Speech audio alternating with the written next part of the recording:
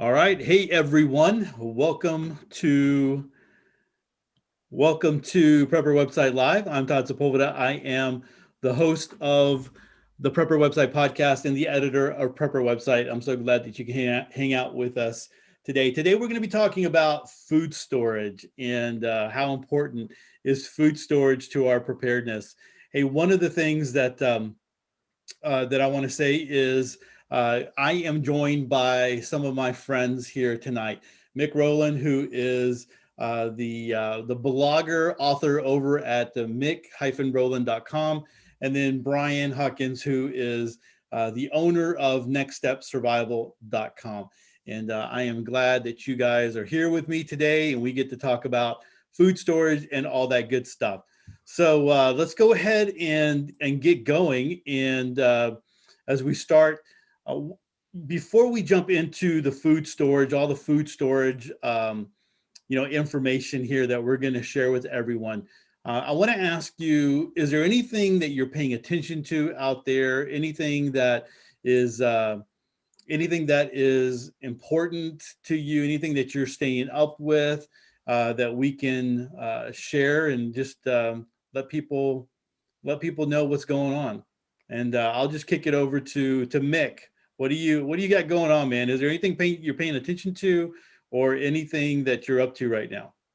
Well, I've been a little bit too busy to really follow the news, but it actually feels kind of good to stay a little unplugged. So I haven't felt too bad about that. Around here, it's maple sap season. So we've been busy tapping the trees and boiling it down to syrup. So that's been keeping us busy. That and the chickens have been laying again. We've been getting more eggs. So there's stuff keeping us busy around the house. So not a lot of time for news. That's good. It's always good when the chickens are laying. Yeah. When you're getting eggs, Yep. that's a big deal. We miss our fresh eggs, and so I don't know, Mick. You still got to do that thing on raising chickens and stuff. We still got to get you lined up to do that. We're gonna do that real soon. Well, you just keep reminding me because I'm forgetful. Brian, is there anything that you're up to? Anything you're keeping your eye on? The world's crazy right now, but what's going on? What's going on in your world? Just the basics right now. And like you said, the world's crazy and anything is possible at this point. So there's a lot of talk about shortage in the grains and that, which is a lot of the feed the animals are fed, and which is expected that's going to raise the price of meat and poultry. And of course, the shortages are always potential there as well. And then I just heard that in your state there, Todd, Texas, where believe we produce a lot of oil and gasoline and that type of stuff. The gas stations are full, but then where they process it, I forgot what it's called. What is it? Refineries. Refineries. They're low. So I guess this is all residual from the storm. So that's still in some stores. I heard this morning, some of the stores are still have spotty shelves. Not empty shelves, but there's still some things are still just coming in at a trickle. So yeah, and it's amazing how one thing can upset us, like the country, turn us upside down so quickly. And we've seen that with COVID. We're seeing it with the storms, and and everything seems so erratic right now. So I think the topic that we're going to discuss today is like vitally important, more than it's ever been before, or at least in our lifetimes. Yeah, I think we're all kind of familiar with. We all read at one point the article 9 Meals Away from Anarchy, and that's one of those things is people don't realize how important food storage is. So I think you're correct. Now I will tell you, I go to the grocery store on Saturday mornings early, and to beat the crowd. And I was pretty impressed that the grocery store that I went to was pretty stocked. Now down here in Texas, HEB is a real big chain, and they're well known for getting, you know, their stocks in, and being a great supporter of the state and all that kind of stuff. So, you know, that's where I normally shop, and there was a lot of, you know, the shelves were stocked and things were good.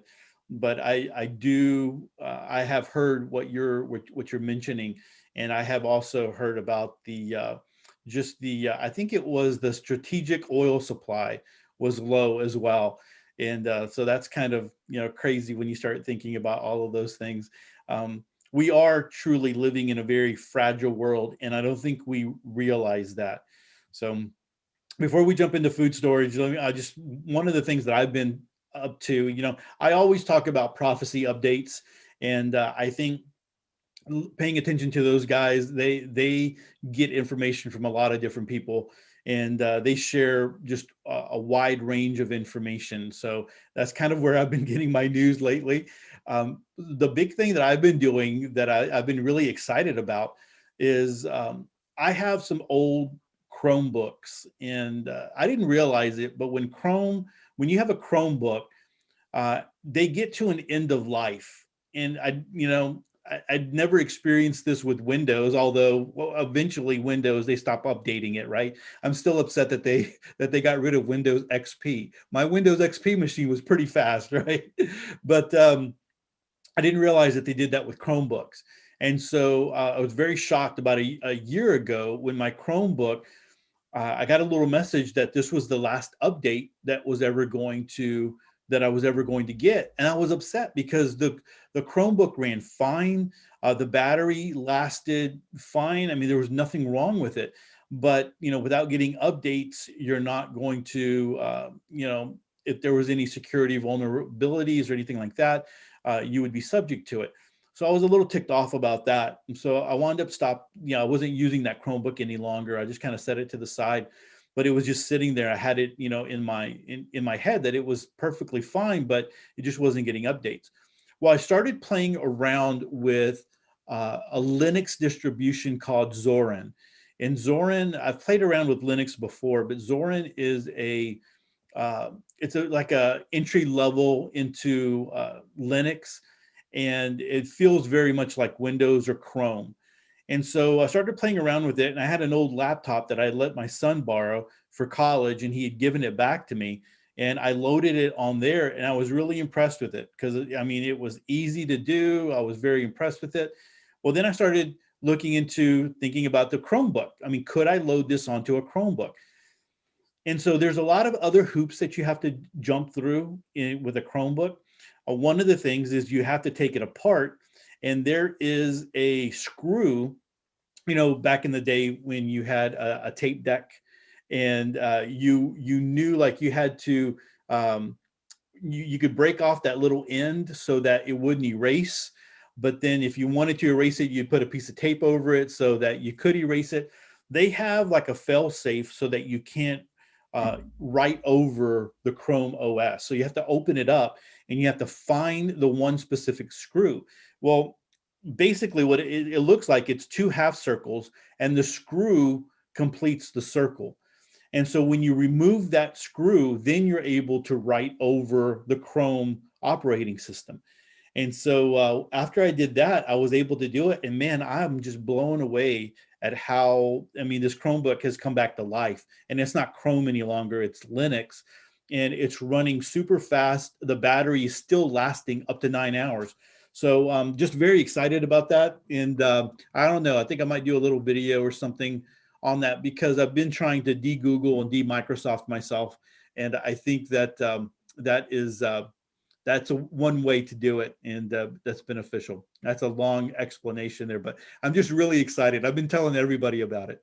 All right, so let's go ahead and jump into our topic of our Prepper Website Live, and it's food storage. And the first question for us is, how do you handle food storage for your own preparedness? And I think everybody's going to be a little bit different on how we do that.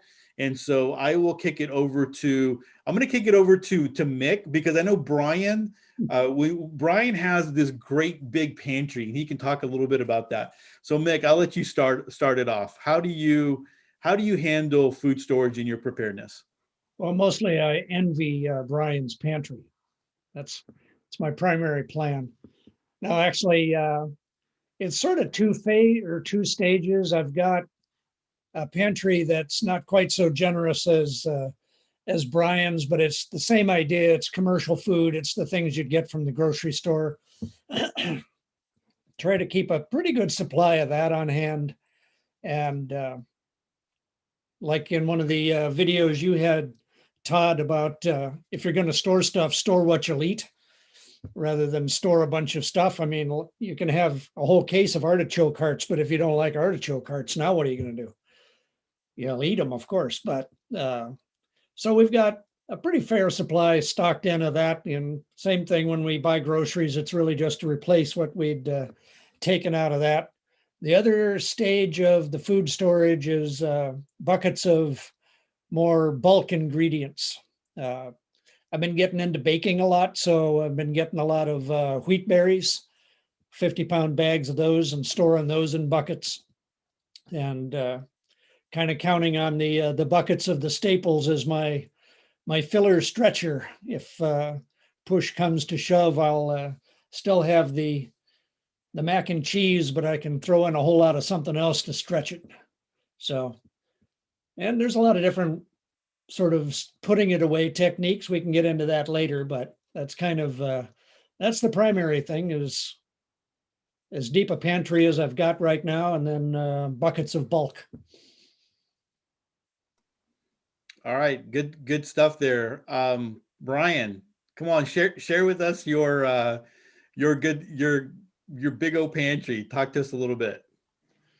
Well, the pantry's in transition right now because it's in a 12 by 12 room, and there's a video link below if anybody wants to go look at it. But there's I don't remember, it's 8 or 9 racks. So those 4-foot metal rack, what they call them, wire racks, is what I use. And we went from 7 people, a 7-person household, to 2, thankfully. So it's just my wife and me right now. And so I gained 3 bedrooms whenever I moved out. So that's what's going on right now. I'm in the middle of trying to resituate those and paint them, and new carpet. And one's going to be office, one's going to be a pantry, and the other one's going to be food storage. So it's going to be food and gear. So I'm going to have a living pantry, and then I'm going to separate my long-term from it because it's overwhelming actually to go in there and see all that in one place. And but we've just like you guys do, or like Mick's doing, I focus on what we eat and rotate it. So we keep, my video says 6 months, and it's way over that with just the 2 of us. It's probably a good 1.5 years right now of food. And we're taking, like, when we take out, grab a can of corn, on the side of my refrigerator is a dry erase board. I actually just took it right out of the frame and just taped it right to the side. We have 3 refrigerators, so it's on one of the refrigerators. It's, not in the closet or the cabinets, and you just write corn, and so we replace it, and then it goes into the back. So we're just practicing, what we eat and rotation, and trying to work out some of the carbs. We've got way too many carbs in there for the 2 of us now, so we're trying to get away from some of these carbs. So a lot of that's getting donated right now. Yeah, and I got to second the video that Brian has. We have it in the description for you, and you're going to watch that video, and you're going to be very jealous of his pantry and his setup there. But a lot of great ideas there. So definitely check out that video when you get a chance. The way that we handle food storage, of course, we've been doing preparedness for a while. And I think as you're doing preparedness for a while, you start to figure out what works and what doesn't work. And I think that's really important, because I know that there's a lot of people, new people, that come to the podcast and a lot of new people that are looking at preparedness because of all the craziness that is happening in the world. Their lives just, those that can think and that can think critically realize, you know what, something's up. I need to be a little bit better prepared. So I think there's a lot of new people coming. And so you got to understand that at the very beginning, you're not going to be perfect. You're going to look at Brian's video and you're going to say, wow, I want that. And Brian's been working at that for a while.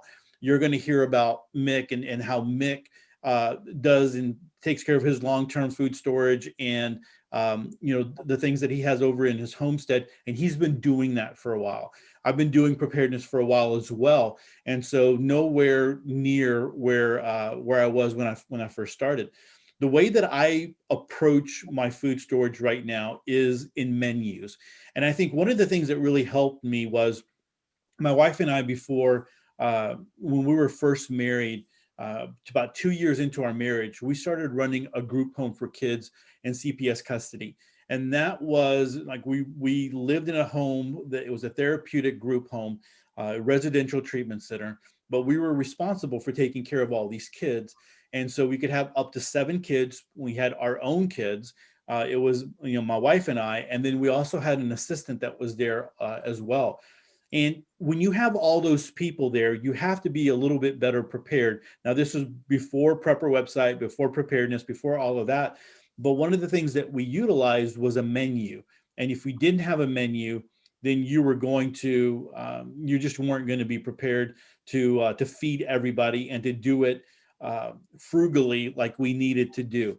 So we bounced off of that menu. So when we look at preparedness, and the way that we look at it here is we look at building off of a menu. And I talk about this in my food storage, my free food storage course, which is also in the description. You can go click on that and it will take you over there, and you can take this food storage course that will walk you through these ideas and how to do it. But basically, I think in terms of a menu. So a week's worth of menu, and I make a menu, breakfast, lunch, and dinner. And what do I need for all of those meals, whatever it is? Then I sit down and I will write out a list. So if for, I don't know, I need oatmeal for Monday, I'm going to write down oatmeal, and I'm going to write down how many I need for everybody in my household. If I'm going to have oatmeal later on in the week, then I double that up, right? And so I make a running list of everything that I need for that 1 week. And then if I'm talking about wanting to have a 2 weeks worth of food storage, then I multiply all those things by 2 times. If I want to have a month's worth, I multiply all those things by 4. So you can very easily ramp up very quickly, right, to have a month's worth of food storage if you're new to preparedness. Or you can do 2 weeks worth of a menu and then use that and then double that up, and then you have a month's worth. So then, kind of like what Brian says, one of the easy things that you can do is you have a running list of all the things that you are buying. And here's the good thing. If you make that list the very first time, then if you needed to, you could go to the grocery store and buy off of that list if you print it out, right? And you know that you will be able to make meals off of that. One of the things we didn't want to do is go buy a bunch of stuff, and then when it's time to make a meal, look at the pantry and say, what am I going to make? I have a little bit of this, I have a little bit of that, and let me try to put all this together and make a meal. If you go off of that one list, then you already know that you have the meals that you can make. But it's also true. So when you start using up your food storage, you've always heard, or if you haven't heard, one of the sayings in preparedness is eat what you store what you eat. And so if you take something out of the pantry, then you mark it down on your list, exactly what Brian was talking about. So if you're trying to maintain 2 months worth of food storage, well, then you can keep that. That you have 2 months worth if when you take something out, you are adding it to your list. And just an easy way of thinking about it and kind of going that way. And it's very easy to ramp up. And the other thing is that can get you in to cans, food storage, canned food. That's an easy entry into food storage. And really, that's where everyone should start. You shouldn't go into that long-term food storage first or building buckets. And we'll talk a little bit about that, but you really should start with canned food. At least that's my opinion. And that's where that's where I would recommend everyone kind of starting out. And that's how we approach food storage and in our preparedness. All right, so let's talk a little bit about mistakes, because I'm sure we've all made them, mistakes that we have made in the past when it comes to food storage. And I don't know, Brian, do you want to go or do you want me to go? Oh, you go ahead, because yeah. Because you don't make mistakes? Well, I do. I just don't. I don't want to take your mistake. I have so many to choose from. I can, I have options. All right, that's good. So I think one of my biggest mistakes was, what I talked about at the very beginning, is buying a lot of stuff. There was a time when I first started in preparedness, and I was reading a lot of the dystopian novels, which you probably shouldn't read those all back to back to back, and thinking about how all the world was going crazy and how the EMP was ready to go off and all of that. And so really early into preparedness, and I would just go to the grocery store and I'd buy all kinds of stuff. And I'd add it to my pantry. And you got to be really careful about doing that, because you'll wind up with a bunch of stuff. And so again, when we started thinking about preparedness, it was really easy to go back to that menu and say, here you go, I'm going to do that. The other thing is buying bulk items when you're talking about making, big 5-gallon buckets. Having a lot of beans, having a lot of rice, having a lot of pasta, but not really thinking about how you're going to make that stuff taste good. You can have a lot of beans and you can have a lot of rice. And, I'm used to eating that kind of stuff. My wife is really great at making charro beans. I mean, she will rival any Mexican restaurant. She does a really great job. Her Mexican rice, everybody loves her Mexican rice. But if we don't have the spices to do that, then it's going to be plain old beans and rice, and that's going to be pretty sad pretty quick. So you need to have some spices and ways to do that. Now, definitely you can grow stuff in your garden. You can always do that. You should be doing that.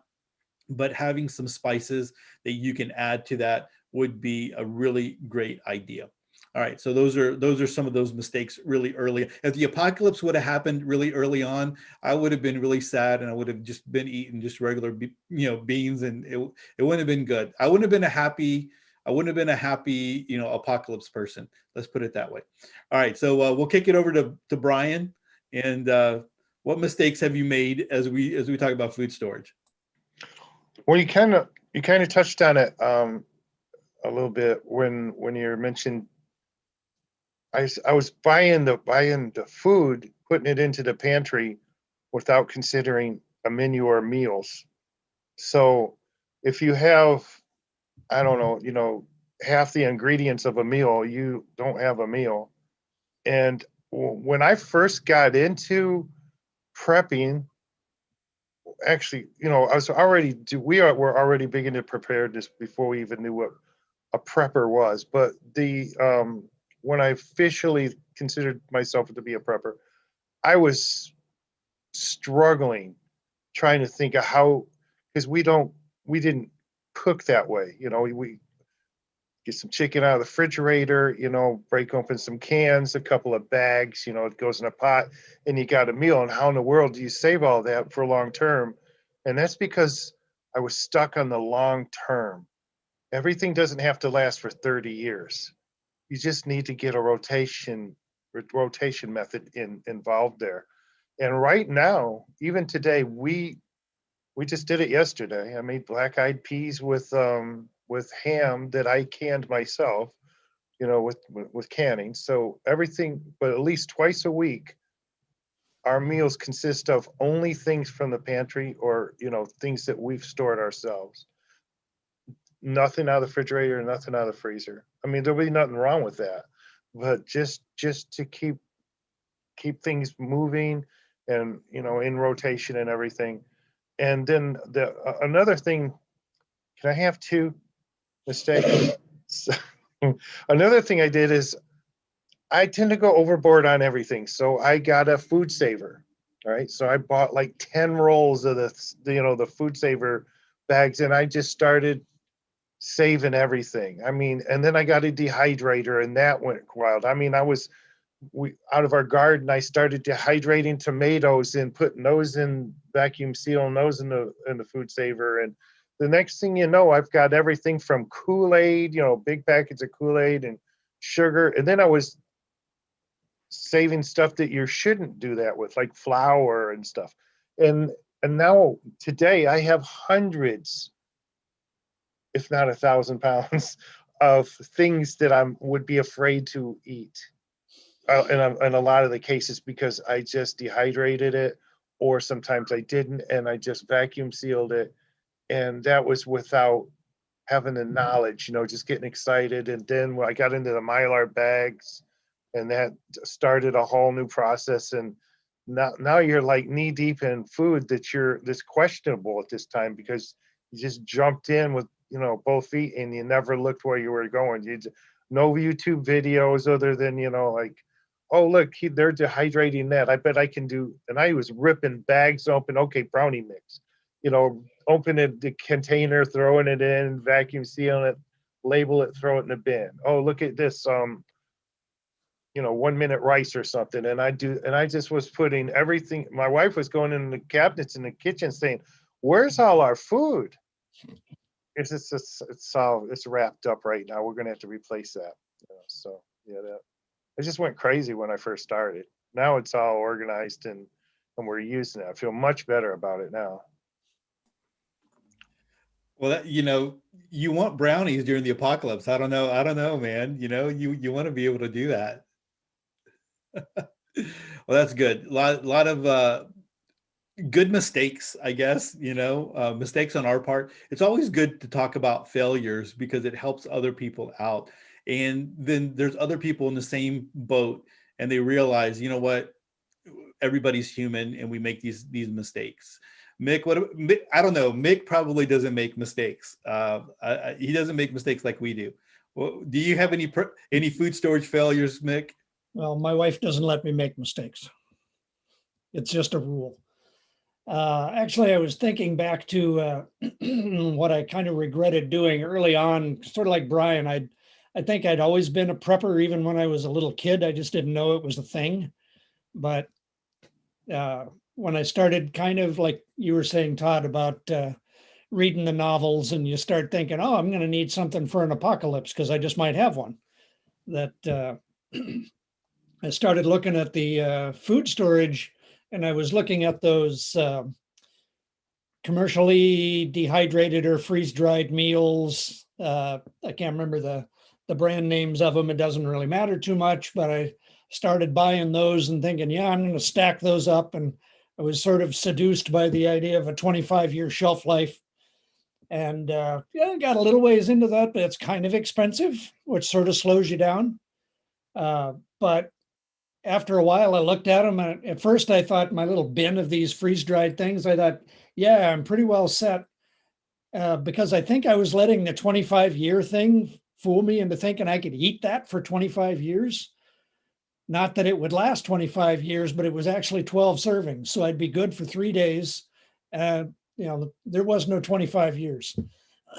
So that, realizing that I was overpaying for a serving, kind of woke me up, and let's not worry about the fancy freeze-dried 25-year thing. Let's just, like Brian was saying, rotate the stuff that you're going to eat, and concentrating more on dry bulk storage for, wheat and rice are going to last for a decade or more. So as long as I take care of it, I'll be fine. And it's way cheaper. It definitely is. Definitely is. I think a lot of people think about that long-term food storage. They hear about the 25-year shelf life. I remember we have a friend who went to I think that a Thrive party, I think that's one of the food storage companies. They went to a Thrive party, and someone was talking about, all the bad stuff that could happen and why you need food storage and blah, blah, blah, and all that kind of stuff. And so she left there with, it's kind of like a Tupperware party or whatever kind of party, Mary Kay. She left there with a 10, a number 10 can of milk, right? Of powdered milk. And so she's like, I got my powdered milk. And I think a lot of people, look at that and like, okay, I've got a little bit of this put back. But like, when you really start looking at those numbers and the servings, it really, is an eye opener. So I think that's important. There's been some really great blog posts over the years on Prepper website about looking at serving size and looking at your family and trying to estimate how much food you have, because I think that's probably another failure that people have, and we didn't talk about that one, but putting up food thinking this will last us for this amount of time, and not thinking about, if you were really in a survival situation. Now, I mean, there's some people, and we've all heard of those people who maybe lost their job and they didn't have money coming in, so they were able to survive off of their food storage. But in a real survival situation, let's say if the poop hits the fan, you're going to be expending a lot of calories, and to replenish those calories. Now, I think most of Americans, we could lose a little bit, except for you, Mick. You can't lose any weight, but most people can lose a little bit of weight, and we'll be okay there. But I don't. That's another failure I think a lot of people, another mistake a lot of people make, as far as not considering the serving sizes there. So I'm glad you brought that one up. All right. So what would we give? Because I did mention there's a lot of new people that listen to the podcast, a lot of people that are looking for information. What advice would we give to people that are new to preparedness and that are starting their food storage in their pantry? Where can they start and really get a big bang for their buck and not make the mistakes that we've made? What would you tell someone if they came to you? We'll start. Mick, can we start with you? Oh, sure. Well, we sort of touched on it already about buy what you're going to eat anyway. And I've seen some other articles where they say it's not that hard. If you're going to the store and you're buying a can of corn, buy 2 cans of corn. With the goal being that basically you're going to end up being 1 grocery trip ahead at first, and then you can be 2 grocery trips ahead. So you can just add to what you've already got, and that's going to be good for 9 months. Whatever is on the cans is, a guide, but that's going to keep you for a while, and it's what you were going to eat anyway, so you're not really out anything. So that's a pretty safe way to start. After that, I guess I'd say trying to keep a more rounded picture of what you're putting away, so you don't end up with, like you say, 400 pounds of rice and nothing else. Because aside from being really boring, it's not a very balanced diet. So making sure you're storing up some protein as well as some vegetables to go with your carbs. But it's really not that hard to just buy a couple extra of something and just start adding to it. And you'd be surprised how much peace of mind it gives you, being able to look at a fuller pantry and go, if I couldn't leave the house for 3 weeks, I think we'd be okay. There's a lot of peace of mind in that. That's very true. And that was one of the questions when I was on the campus that I would ask my teachers. I would go, I would ask them, hey, if you could not go to the grocery store, how many meals or how many days could you survive off of what you had in your pantry? And there were some who, good, I don't know, they planned a little bit better. They had big pantries, and they weren't preppers, but they just had big pantries. Others are like, yeah, I would be able to eat 1 meal and that's it. That's all I have. So definitely that's some good advice there. Brian, what would you add? What would you share? I would say, and I know this is like said all the time, but I would start out small. You know, as it's easy to get overwhelmed. I was everywhere. I need to learn how to start fires. I need to learn how to work on solar and radios and water and filtration, and all this is just overwhelming. And next thing you know, you've got 100 pounds of food that's really questionable. So I would start with water, start getting some water, and as you're spend a week or two with water, but with cleaning out, triple wash or whatever you want. Um, Up here we call it pop. I think down there you guys call it soda, but the 2-liter bottles of pop or soda, rinse them out. If you don't drink it, get it from somebody else. Juice bottles, anything except for like don't use milk jugs or anything like that. But because the plastic's too thin, start putting some water together. That's about one of the most important things that you can start storing. You can't always rely on what's coming out of your tap, or if it's going to continue to come out.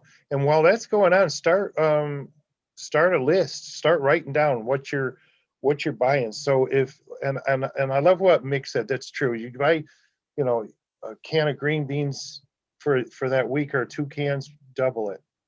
You don't have to double your whole, that would be very expensive. But just grab some of that stuff that you can put back in your cupboard or on your pantry or on a shelf or wherever. And in the meantime, start recording all of that. If you make a meal of lasagna and it's got 14 ingredients, write those ingredients down and start thinking about some meals like you were talking about, Todd, making some menus, and just start out with 2 weeks. Just make a goal of 2 weeks. Honestly, 2 weeks will probably get you for most things. Even the big storm that you guys had down there, Todd. I mean, 2 weeks would have probably got most people through that. And then if you feel more comfortable later on, just double that. Now you've got a month. But it doesn't have to be beans and rice and all that. You can have some, 2 weeks worth of, like Mick said, some protein, some vegetables, and some carbs, and you're set. And I'd also say a lot of us as preppers, we tend to discount the refrigerator and the freezer. If you have a way to maintain that, and I could go on for an hour on this and I won't, but we have a generator and the fuel and the ability to can and process some of that meat so before it would go bad.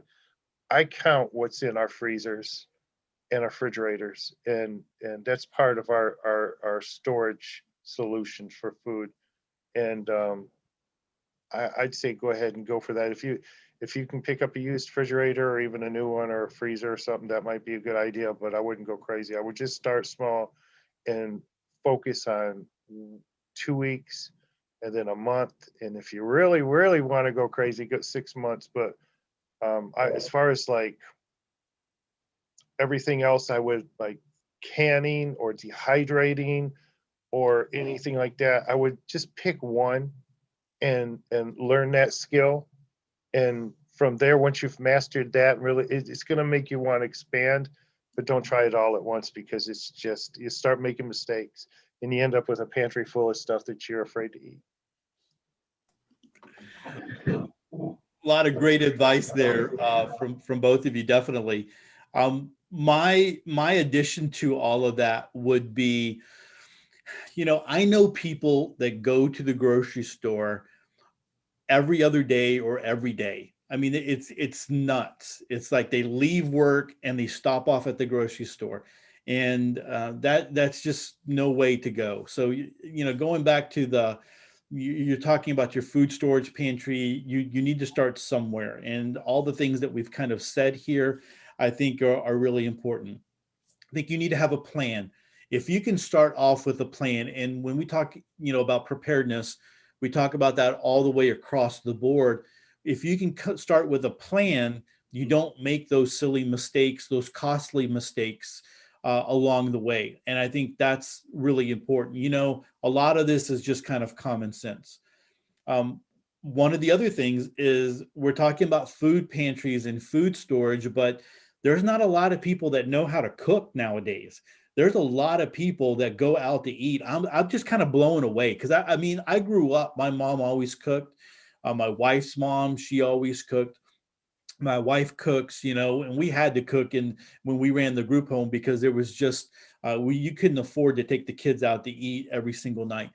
So that's one of the things. People just don't know how to cook. They don't know how to look at ingredients that are there and okay, hey, I can take this and this and this, and I can make it into a meal.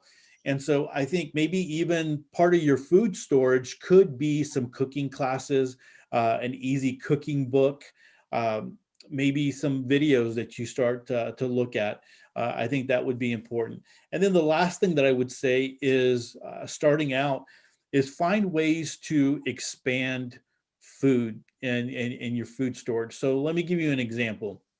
When we were thinking about meals that we could eat if we were ever in a very in an emergency situation, one of the meals that we came up with was just regular white rice, making a big pot of that, and then taking something like chunky soup, Campbell's chunky soup, taking 2 or 3 of those. Now I've got, at that time it was there was 5 of us, and my boys are bigger than me, and so we're going to put away a lot of food. So you have a big pot of rice and 3 cans of chunky soup, and you kind of put them all together, maybe add a little bit of a hot sauce, and then you're able to expand this meal, maybe add a little bit of bread or some crackers or whatever, and you've got a decent meal there. So think of ways that you can expand. You can put things together to make things go a little bit bigger, or to last a little bit longer. And so that's kind of my advice there in starting out. A lot of things there. We talked about commercial food, but I just want to get your opinions on that. And I've talked about it before on the podcast and on different videos. But if we can just talk about that briefly, maybe you have some experiences with some commercial food, or just your thoughts on that. I know Mick talked a little bit about that, but if we can touch on that, and then we'll move on from there. Brian, is there any advice there, or any information you want to share there? Well, you talked about, we have as preppers often where we fail to consider servings, and that's true. And I'm actually dealing with that right now because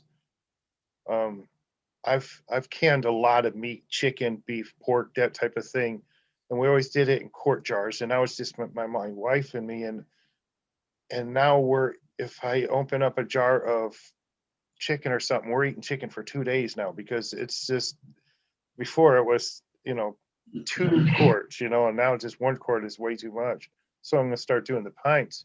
So that's our mistake in servings. But I think there's a huge failure with the commercial dehydrated and freeze-dried prepper, quote, prepper foods, emergency food storage, whatever you want to call it, because there's no regulation and they can consider whatever they want for a serving. So when you look at a package online and it says 18 servings and you get it home, it's like, okay, I can eat this in an afternoon. They don't eat like me. So, I mean, it's just okay, is 2 ounces really a serving, or how long is it going to get me? So be cautious about that. Also, I like to hike, and, I don't want to, I don't really want to bring I can name some names as far as brands, but I don't want to, do that. So I would throw some stroganoff or something, dehydrated, freeze dried. I mean, throw it in my pack and go out there, and then, it's all fun and stuff because you're out in the woods, and you heat up your water and you throw it in your pot, and you stir it up and you start eating this, and it's like, okay, this isn't really nothing like what I'm used to. I mean, this isn't even hamburger helper level. This is way below that. And the eggs, so wow. And so and then the next thing you know, you're realizing that's kind of not only a waste of money, but it's almost unedible some of it is. For me anyway. So I would be very cautious. I do have a bunch of number 10 gallon cans and some 5 gallon pails. Um, Mick brought up the wheat berries. I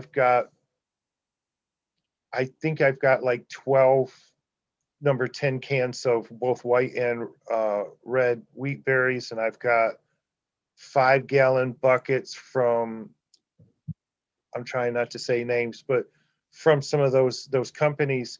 And that's like a long-term food storage solution that I don't plan on breaking into very often. Although I do plan on getting some of those wheat berries, because I actually got into a little bit of bread myself during the COVID.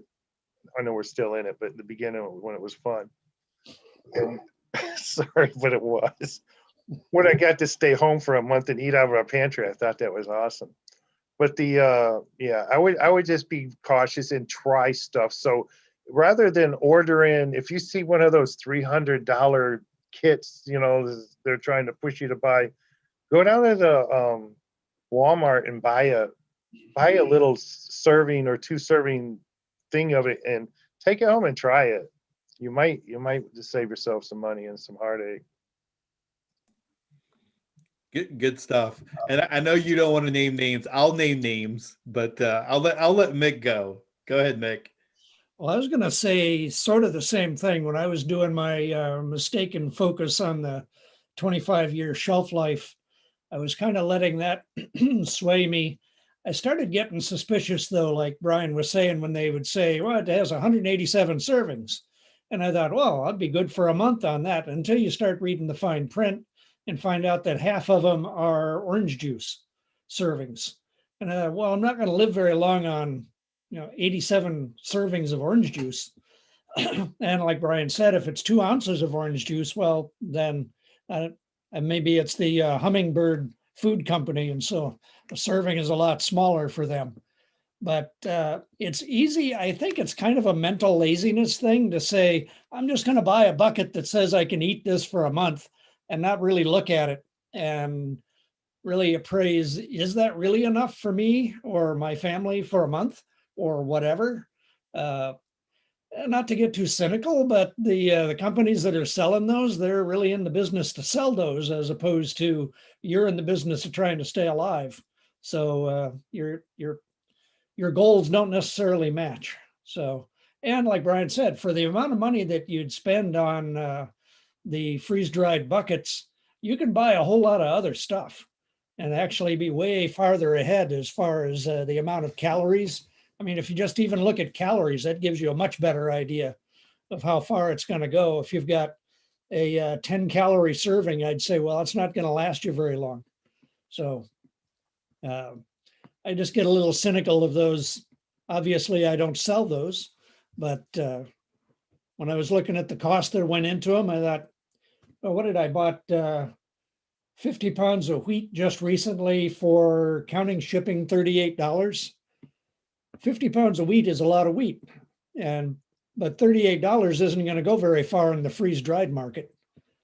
But it's kind of you have to just sort of admit, am I being lazy and thinking if I buy this bucket, I'm going to put it on a shelf and I think I'm done? Because there's a lot of survivalism. You really can't be lazy about it. Good points. A lot of good points there.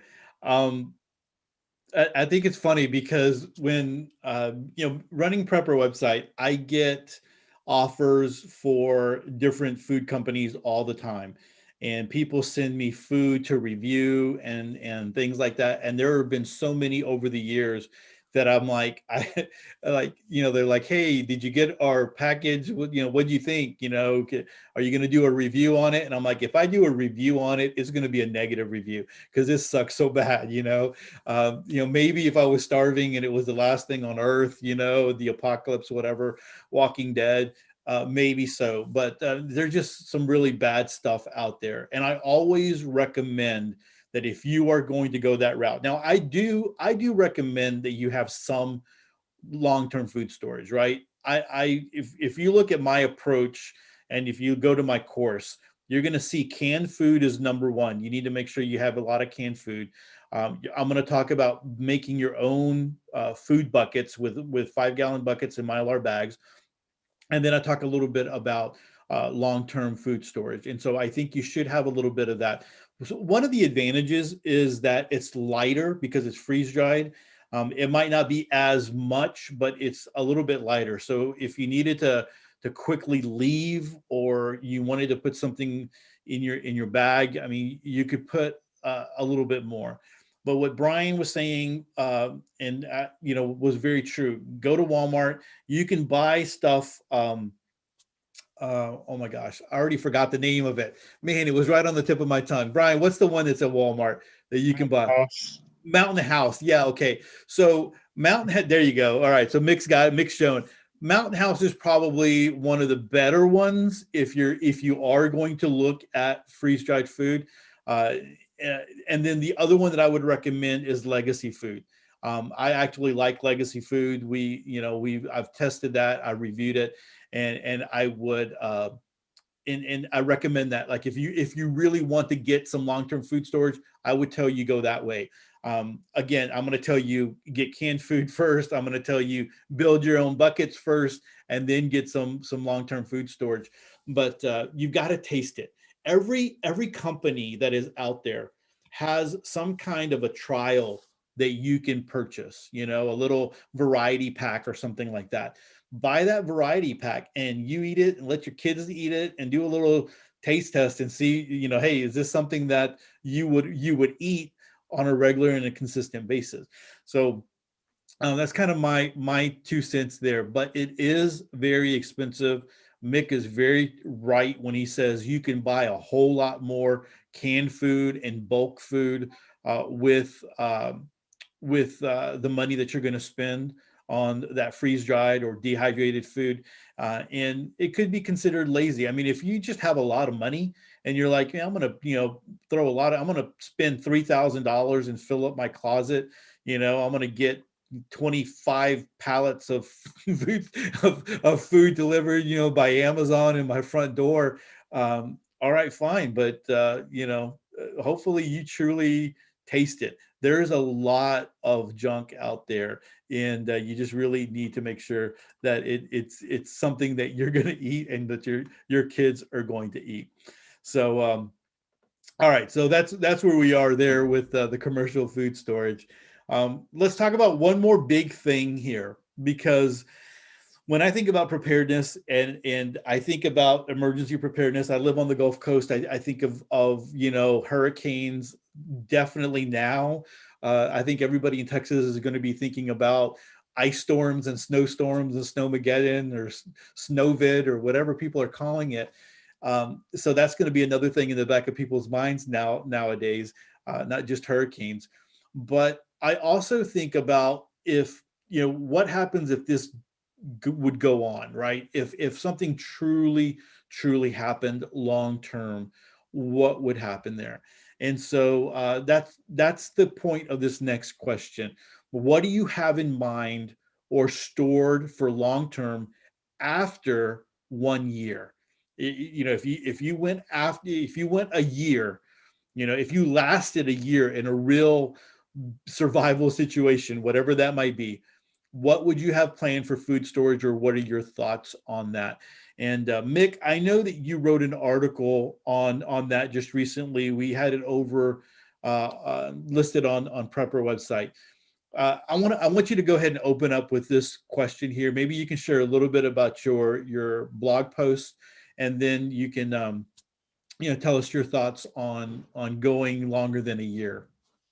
Sure. Well, I'd mentioned before that we put away some food so that we can last. I mean, in the ideal world, you'd have enough to last about a year. But like you say, what do you do after that?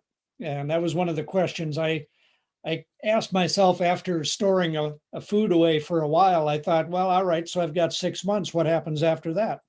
And then eventually it's going to run out, whatever I've stored. If I can't go to the store to get more, like Brian was saying, you write it on a list and go get more. But if you can't, then you've got what you've got, and eventually it'll run out.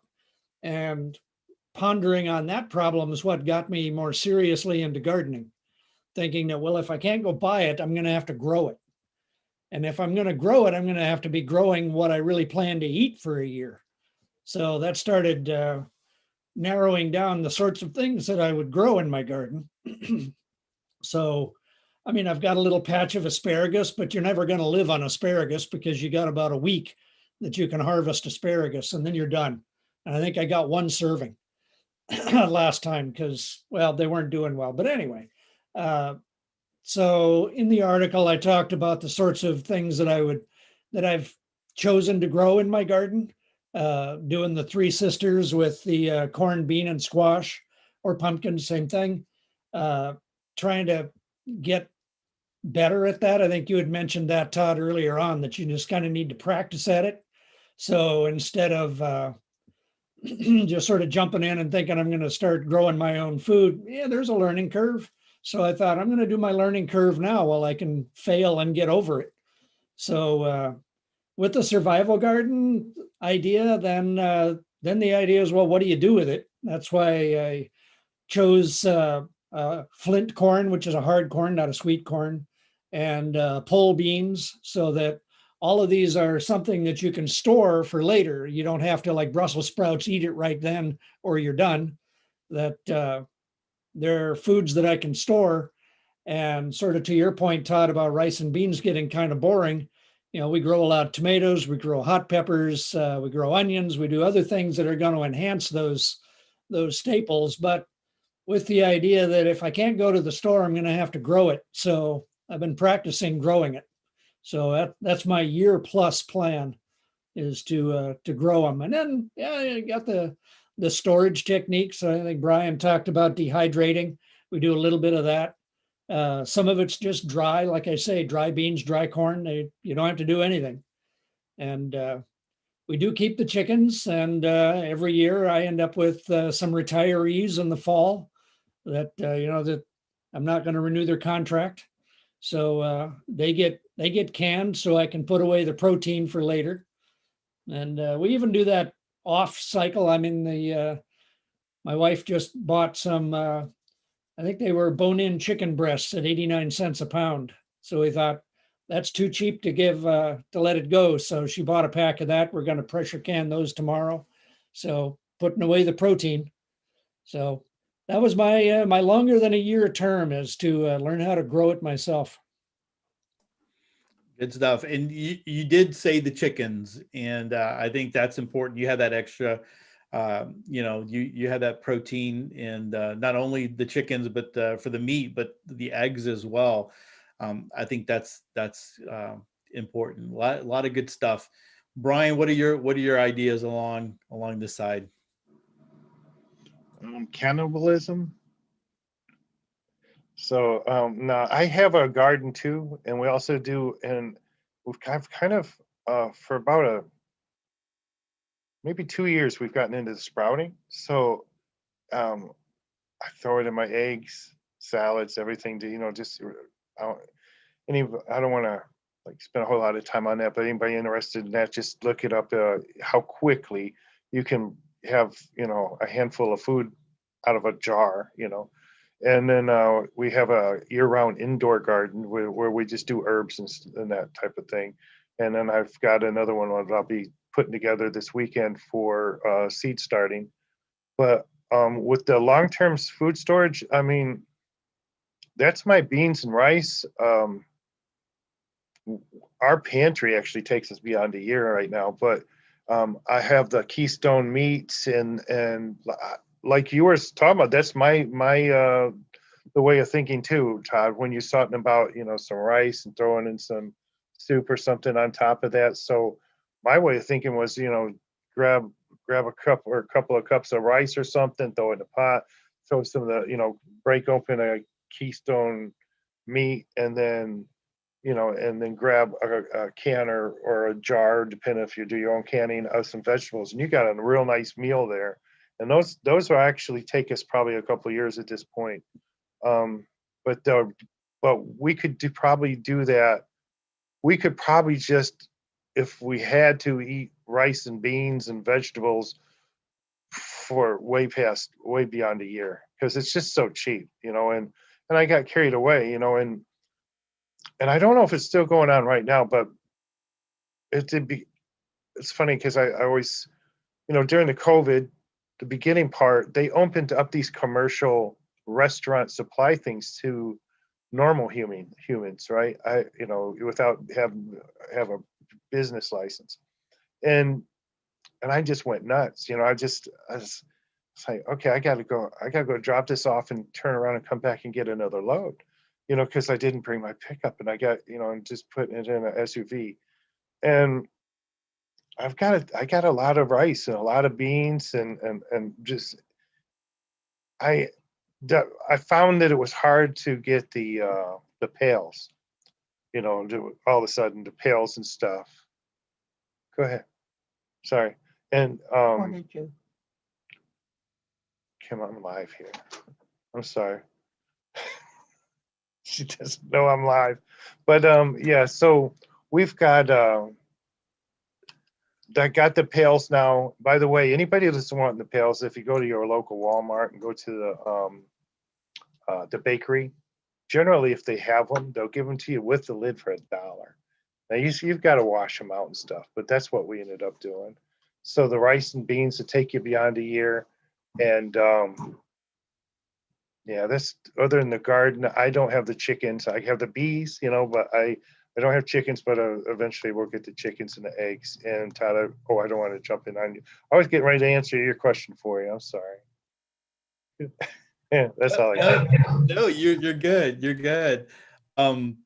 Did you say everything? Did you take care of everything that you wanted to say? Yeah, I just started to bring about your meat source that's coming up, and I thought, well, now I'm just going in right into Todd's backyard. Well, I don't have my meat source yet, so feel free to. Oh, well, the rabbits. Yeah. Yeah. Well, you know what's funny is I was on the Nextdoor app. I was looking for some recommendations to get some work done around the house from people in the neighborhood, and someone asked that question: does anyone have any rabbits? And normally around here we have a big FFA community, but Future Farmers of America, and they take their animals to market and to the rodeos and the livestock shows, all that kind of stuff. But normally they get their rabbits from specific people. So just putting it out there, I thought was kind of interesting. I don't know. We're getting close to Easter. Maybe that's what the question was, but I think a lot of people are starting to think that way as well. How can you add to your meat sources, and what's easy? You can't have a cow in your backyard in suburban America. You can't even have goats without doing a lot of fixing up your backyard and making a lot of fail safes. But it's real easy to care some, for some rabbits, and do those. So thinking long term for me is, it's kind of more of a scary thing as far as going a year, because I have a big family, and I know that in order to do that, you would have to stock a lot. My idea, though, I've always thought this way, is in a long-term emergency situation, I'm going to try to get my community together and try to bring them together, and to start, looking at all the places that we can grow food, because it's got to be more than just one person doing it, or you can have a big garden for your family, but there's going to be a lot of people that eventually figure that out as well. So thinking long-term food storage is going to go that route. I know that there's people in the neighborhood, just going off of that one woman who said was out looking for rabbits, who have rabbits. I know that there's people who garden. I know that there's people who have chickens, because every once in a while, or at least they're close by, because you can hear them early in the morning every once in a while when the wind's blowing. So I know that's kind of close by. So that would be my solution, is for long term, is to think community, and to try to get everyone in a position where they're helping each other out. And the rice and beans, I think that's easy to do. Like you were saying, Brian, have all that stocked up. But the thing is, you have to have a place for it. I wish I had like 3 extra rooms like you. I don't have that right now. Yeah, I got to be very careful about the space that I have and be very smart about that. So good stuff there. Anything else that anybody would add there before we move on? All right. So last thing here. The last thing that we talk about is some kind of survival tip on the topic that we have been talking about. So when it comes to food storage and food, what is one survival tip that we could share with other people? And so, Mick, I'm going to throw it over to you. What would you share? Well, I was thinking of my recent experience with rice weevils, that if you're going to store a lot of rice to go with your beans, you're going to want to freeze it. And they recommend freezing it for like 3 days to kill off the weevils. That even if you buy your rice from a reputable source, it's near impossible to guarantee that there aren't weevil eggs in there someplace. And they're little white eggs planted inside of a little white grain of rice. You're never even going to see them. But if the conditions are right, it gets warm, gets humid, they hatch, they start eating. And I know you were joking earlier about weevils as protein, but one of the things they do at the bag that I found them in is they end up eating all of your rice grains hollow. And so you end up with a little bit of rice flour at the bottom, a few empty shells, and a bunch of weevils. And I didn't really want weevils, but to avoid weevils, you just freeze your rice. And I got off easy this year because we had a good cold snap of below 0 temperatures. So I was able to go set my 5-gallon buckets of rice out in the driveway and let them freeze hard. Otherwise, yeah, sometimes it's hard to come up with enough freezer space if you got a lot of rice. But like Brian was saying, if you just do it at a bag at a time, the idea is if you freeze it for that long, you kill the eggs, and then it ought to be good to go. Good stuff. Good stuff. Yeah, you don't want to open up one of your bags or one of your big 5-gallon buckets and find it completely empty and just weevils. And then another thought is you probably, if you're going to open it, you want to open it outside just in case, you don't know what it's going to look like when you open it, right? Do you use Mylar bags when you store in 5-gallon buckets? For the rice, I haven't been, because I've been buying it in the 1 pound or 2 pound bags when it's on sale. And then we rotate out of that. I write the dates on the bags and take the older one out. So we try and rotate those. I've got the red wheat I've put in Mylar bags, because that 50 pounds I'm not going to touch for a while, but the other 50 pounds is more of a rotating stock. So not a lot in the Mylar bags, but I'm doing some of that. Gotcha. All right. Good stuff. Nobody wants any weevils. All right. Brian, what about you? What survival tip would you share there? I'd like to talk a minute about expiration dates versus best by dates. So, and I got this tip from you, Todd. So I altered it a little bit because on your podcast, you were talking about it's hard to read these. And then there's no standard place to put a best by date. So sometimes on top, the bottom, and and I'm older and wear glasses and I can't read it. So I take if I buy a dozen cans of corn, I find where the date is. Now I know where it's at, and they're all going to be the same because I bought a case. So then I take it and I just write that number with a Sharpie right on the top. And I think you put, correct me if I'm wrong, but I think you put the date you bought it. Right. The date that I come back from the grocery store and have it there. It's just easier for me because I don't have to fight to try to find the date. Right. Yeah, that's probably the smarter thing to do, because honestly, these dates don't really mean a lot. Right. So your dates and my dates, I just want everybody to understand that this is December of 22. if it's December of 28, I will still open this can and eat this can of corn. It's going to be perfectly fine. That's not an expiration date. That's the best buy. That's the date, generally a year. I don't know where they get that arbitrary number from, but that's just the date that this particular company will warrant the freshness of what's in this can. But even our own government says this can is good indefinitely. That's not everything. I mean, you don't want to like take some butter, a stick of butter or something, and think that's good. So there's certain things, and you get to learn, what goes bad or what tastes bad, what'll last long. But generally, most of the can, and that includes the meat, canned goods generally are indefinite shelf life. Now, that's if there's no dents, the seam's not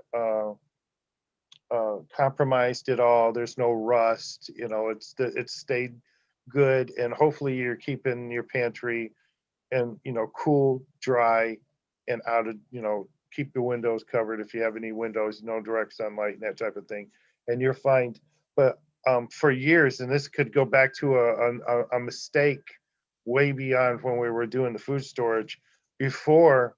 I can't tell you how many times I've done spring cleaning over the years and seen something like, wow, that's expired, and threw these things out. We'll never do that now, but I've thrown away a lot of food in the past thinking that it was no good, and it's still perfectly fine. And all you gotta do is to smell and taste test, right? Crack it open, just bring it up real nice and slow, and if it smells okay, it's probably okay. Go ahead and try it, and I'm sure you'll be okay, unless you're not, but you probably will be. Good stuff. That's really important, because you're right. A lot of people think, December 23rd, there's a little man or something in there that all of a sudden, all the food goes bad or whatever, whatever that date might be. So a lot of good stuff there. Good information.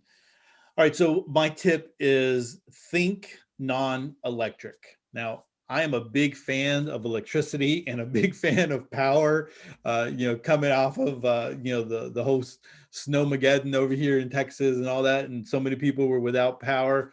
I'm a big fan of that. I like lights. I like power. We're able to do this live because of all of that.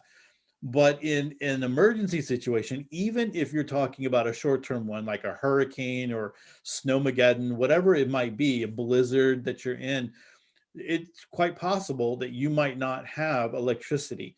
So if you have a lot of canned food, how are you going to open that? If, there's pop lids, some of those are really easy to open, but those are also very easy to fail as well. So if you have a regular can, how are you going to open that up? All those wheat berries that Mick has, you can cook wheat berries and heat those up, and there's a lot of different ways that you can do that. But a lot of people are going to grind those up as well. So I like electrical. I have a grinder. What is it? The Wonder Boy, whatever. But I can't remember the name of it. But I have one where it grinds it for you. But in a poop hit the fan situation, if there wasn't electricity, how would I grind what I have? So there needs to be some kind of form to do that. Again, going back to the cans, you need to have a can opener, right? You need to have, and can openers fail so often that if you find a good can opener, buy a couple of those and just kind of put them out of the way just in case, so that you can open, so you have some that will open up and not fail. But think non-electric when it comes to like your coffee. I talk about this a lot. I have a Mr. Coffee or whatever it is, and a drip coffee. But in a situation like even just Harvey, when we had Hurricane Harvey, I was able to use an old-fashioned percolator on my gas grill outside and we had coffee and we didn't have to worry about that. I know a lot of people who didn't have coffee and had headaches because they didn't have coffee and all of that. So think non-electric. I think that would be helpful. Have alternatives. Use electricity. Use all those powered ways of getting around the kitchen, but also have a way of getting around if you don't have electricity. And then lastly, have a way to cook your food. One of the things I'm very grateful that I have a gas stove. And so even when the electricity when the electricity went out this last time during the snow apocalypse or whatever, I was cooking. I had a pot of chili going. It was cold. We had a pot of chili going. I was able to finish the pot of chili with my headlamp on, and we ate chili. Right. A lot of people have electric stoves, in the area, and so they weren't able to cook. Have a way, alternative ways to cook, more than just one, so that you can cook your food. So I think, when you're talking about food storage, it'd be a waste to have all this food storage and then not be able to cook it, right? All right, guys, that is it. A lot of good stuff. A lot of, on food storage. We could continue going on, like Brian was saying. This is a big topic, but it doesn't have to be a hard topic. It doesn't have to be one of those things that's so scary that you don't engage in it, because food is a very important aspect of your preparedness. Before we end it, guys, is there anything else that you'd like to add here before we end it off? Yeah, I want to revisit my date. I never said why. I failed to say why, but that date there, that's just for rotation. So that's not because that's when the can's no good. This is just to make it easy for my old eyes to be able to say, okay, the can that I just bought is going to go behind this one. So even though this thing in my mind is not going to expire anyway, I still want to as fresh as possible. So we still rotate. So that is the only reason those dates. And I literally date every single thing in that pantry's got a date written on it somewhere. So yeah, and it's fun too. Nice weekend project. I'm glad you brought that up, because that's one of the reasons why I did it, is because my eyes, I didn't want to sit there and fight with it, and have my glasses and try to do all that. We didn't talk a lot about rotation, but that's another aspect of it. So I'm glad that you brought that up. Mick, anything to add there? No, I don't think so. I think we covered quite a bit. Awesome. Well, guys, listen, in the description of the video, or if you're listening to this on the podcast, I have links to Mick's recent article on long-term food storage. I have Brian's link to his video on his pantry. And like I said, you can watch that and get jealous and get a lot of ideas. He shares a lot of ideas as well there. I have a link to one of my articles that I wrote years back on the Uber guide to food storage. And I also have a link to my food storage course, my free food storage course that you could take and get a lot of information there. You could go through it in about an hour. There's a worksheet that you can print out and use to take notes and to walk through that. So I think that's helpful and beneficial there. All right, guys, with that, we're going to go ahead and end it. And thanks so much for hanging out with us on this Prepper Website Live. We will see you next month with another great topic. Thanks so much.